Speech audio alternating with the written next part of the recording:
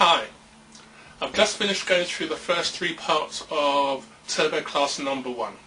Basically, this is a course John has put together where he's been educating the members of his membership site, Turbo Membership, and showing them how they will go about creating their own product to sell on the internet.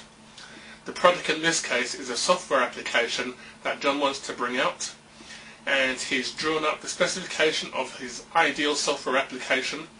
He's used Rent-A-Coder to find a programmer, and basically he's managing the whole process from start to finish. And he's been feeding us with all the information on how to draft the specifications, how to submit the project, how to find the coder, everything someone would need, especially a beginner, and how to go about doing this themselves. Now, I have a background in IT anyway, and I'm familiar with dealing with other techies. So going through these course notes has been really enlightening.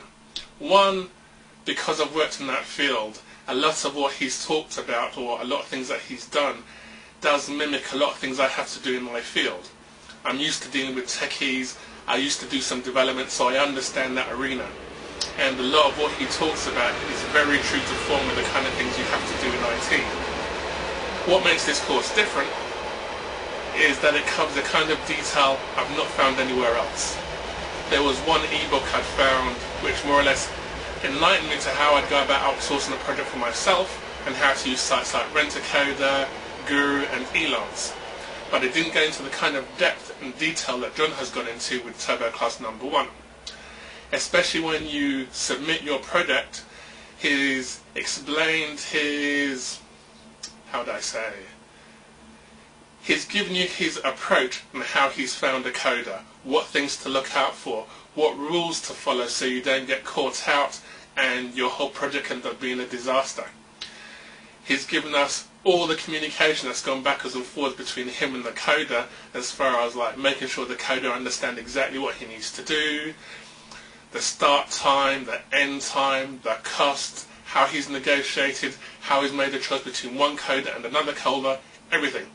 So a complete beginner who's never done this before would have all the information and material he would need to actually go out on his own, post a project, get someone to do the work for him, know what to check for, even if he can't do the testing himself, how to actually find someone else to do the testing for him. For someone who's already done a few projects like myself, I've learned a few tricks I wasn't aware of that make things easy for me the next time I want to submit a project to get someone to create some product for me. So for anyone who's considering doing John's next course or getting the materials for this current course, you will not be wasting your time or money. It's one of the most detailed and comprehensive things I've come across, and covers a kind of detail you're not going to find anywhere else. Mainly because most people wouldn't consider to put that kind of detail in on a course, which are the kind of things that you'd need. There's the subtleties that count. The obvious things about, putting a course note, not so much putting your course notes together, but drafting your project, submitting it online, finding your coder, that goes without saying.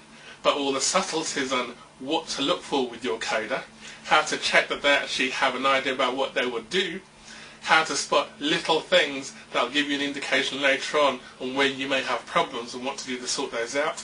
John covers all of them. I've been really impressed, and I'm looking forward to when he does his next one. Thanks.